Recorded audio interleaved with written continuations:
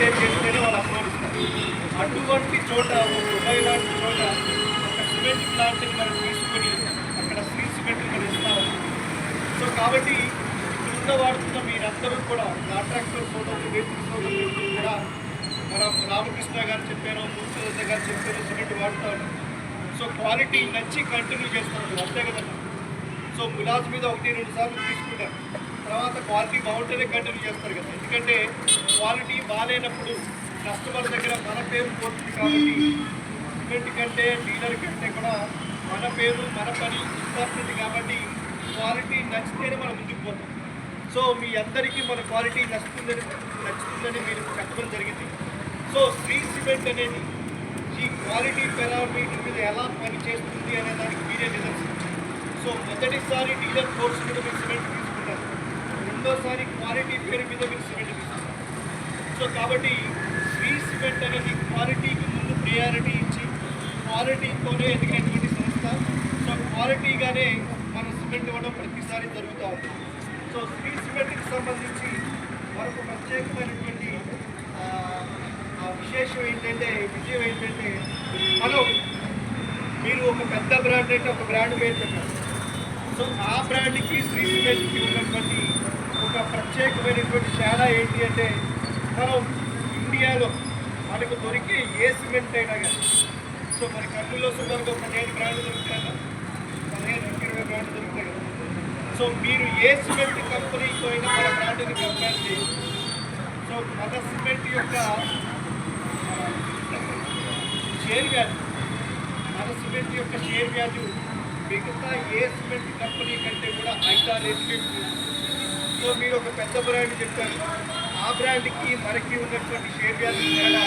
మనది ఈరోజు 25,000 పైచీలు ఉంటే వాళ్ళది 5-6,000 మధ్యలో నమోదు అవుతారు. సో శ్రీ సిమెంట్ అనేది సిమెంట్ పరంగా మన సౌత్ ఇండియాలో కొత్తగా తెలుస్తున్నటువంటి పేరు అయినా కానీ సిమెంట్లో సిమెంట్ ఉత్పత్తి చేస్తున్నటువంటి 45 ఏళ్ల అనుభవంలో సిమెంట్కి సంబంధించిన ప్రతి రకమైన విజయాన్ని మనం ఎప్పుడో తీసుకోవడం జరిగింది.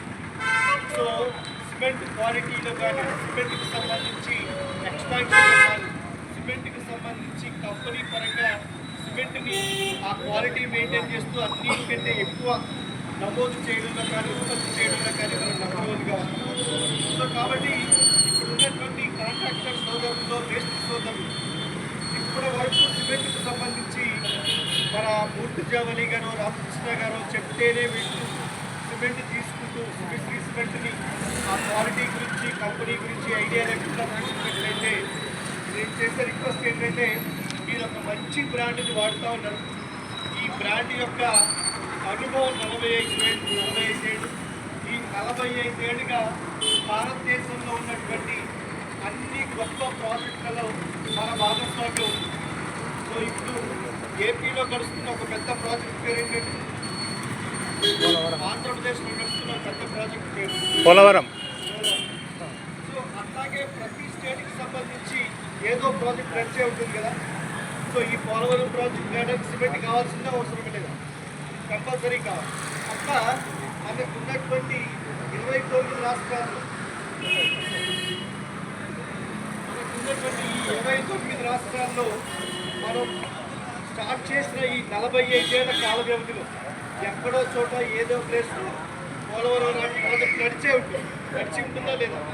కంపల్సరీ నడిచి ఉంటుంది. ఆ నడిచినటువంటి అటువంటి ప్రాజెక్టులో మన భాగస్వామ్యం ఉంది. సో ఈ 45 ఏళ్ల కాల వ్యవధిలో ఈ 29 రాష్ట్రాల్లో మన ఉన్నటువంటి 17-18 రాష్ట్రాల్లో భారతదేశం నిర్వహించినటువంటి భారతదేశం యొక్క ఇన్ఫ్రాస్ట్రక్చర్